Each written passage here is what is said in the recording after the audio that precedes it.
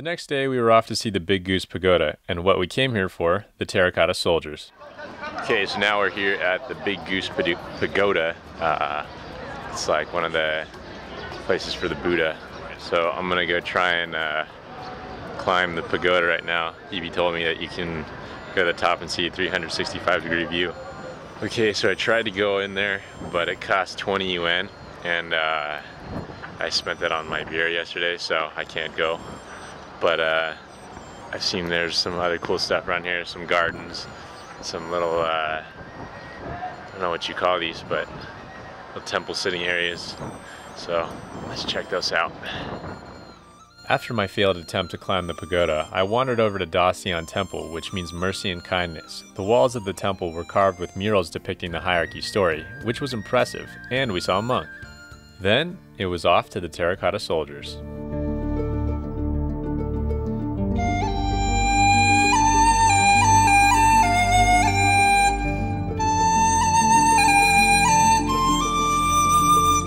Alright, so the eighth wonder of the world. Here it is.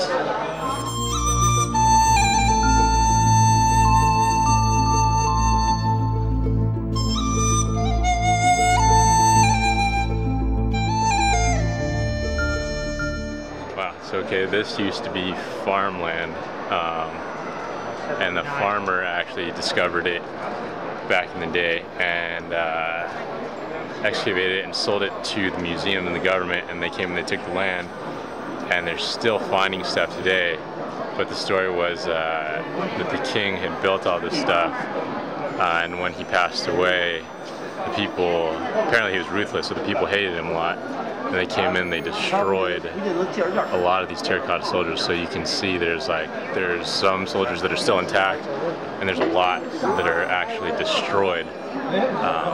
It's pretty intense though. There's a lot of these things here. But then there's areas like this that are still being excavated, I believe. It's pretty insane. Further into the exhibit showcase was the soldiers' weaponry. It was interesting to see the use of metallurgy that the Chinese had developed around 235 BC. The weapons were handcrafted with brass and chrome, which wasn't discovered by the Germans or US until 1937. The next day, it was off to Shanghai.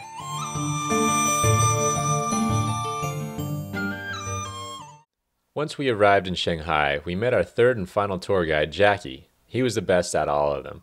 Then it was off to the top of the Pearl Tower that's 267 meters high. Yeah! You can actually kind of feel it swaying. It's like the stratosphere in Las Vegas. But I don't really like it, but it's got a cool view. Minus the smog. Later that night, Grandpa Wong arrived at the hotel and met his grandkids from across the pond, and new grandson-in-law. So now we're going to dinner with Grandpa. We finally met Grandpa, and we're gonna go have some dinner now. It's pretty cool getting to see Grandpa for the first time in 22 years. At the restaurant, we met Cousin Ellen, who's the number 4 aunt's son, and Jane was there also. Dinner was finally good, and it was cool seeing Dad hang out with his side of the family. Then, what are we gonna go do now? Hit the bars, have some beers, and kick it. So now we're here at Xingtian. We're trying to find a bar. It's a really nice, nice looking place. Kind of reminds me of like Italy a little bit. After cruising around, we finally found our bar, Paradise. It was fun getting to hang out with Alan and Jane, but the best part though was the Filipino singers on stage.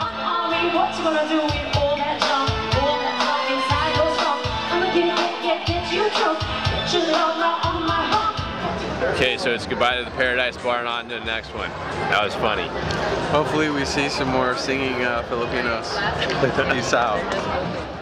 Next, it was off to CJW, a jazz bar just down the way. It was a great time there too, with some really talented Chinese jazz musicians and one really big black lady. The next day, we took a trip to the Lingering Garden in Suzhou, the city where Nikes and Adidas are made. The garden was first built in 1593 in the Ming Dynasty by a retired official named Su Tai. Like other famous gardens in Suzhou, the Lingering Garden seeks to create stunning natural landscapes within a limited space. And now we are going to take a boat ride on the sea here. Suzhou is actually considered the Venice of China.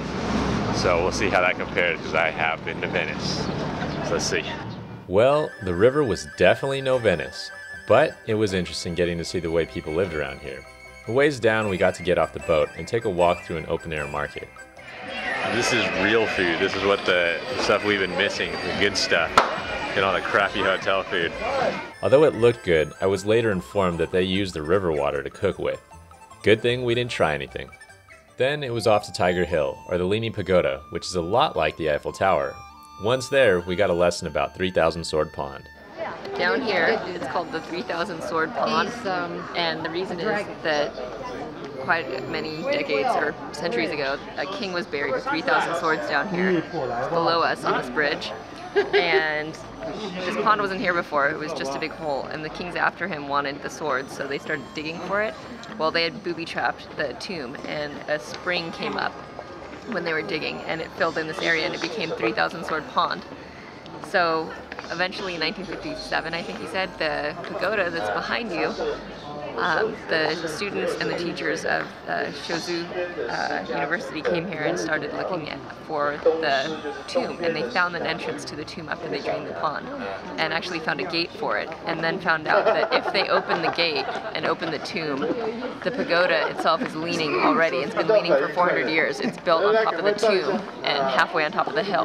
So they're afraid if they open the tomb, they'll collapse the pagoda. So they're just going to wait until the pagoda falls on its own, and then they'll open the tomb. Well, it was now time for us to depart from China, so we gave our last thoughts. My favorite part of China was definitely hanging out with Grandpa. Getting to see the Great Wall, that was pretty cool, hiking to the top. the Forbidden Palace. Went to more temples than I can remember. Getting to chill with Jane and Uncle Mike. The couple nights in Shanghai. Got dragged through a bunch of shops. It was neat to have the family reunion. And forced to do tourist stuff. Going to the bars and meeting Stanley. But it was still a lot of fun. I definitely want to come back. We're home. We're home. That was fun, China. Finally. We'll see you next time. Back to the Golden State. Peace. I'm sending this one out to you and you and you and you. I said to you and you and you. She cold-blooded. Love how we melting.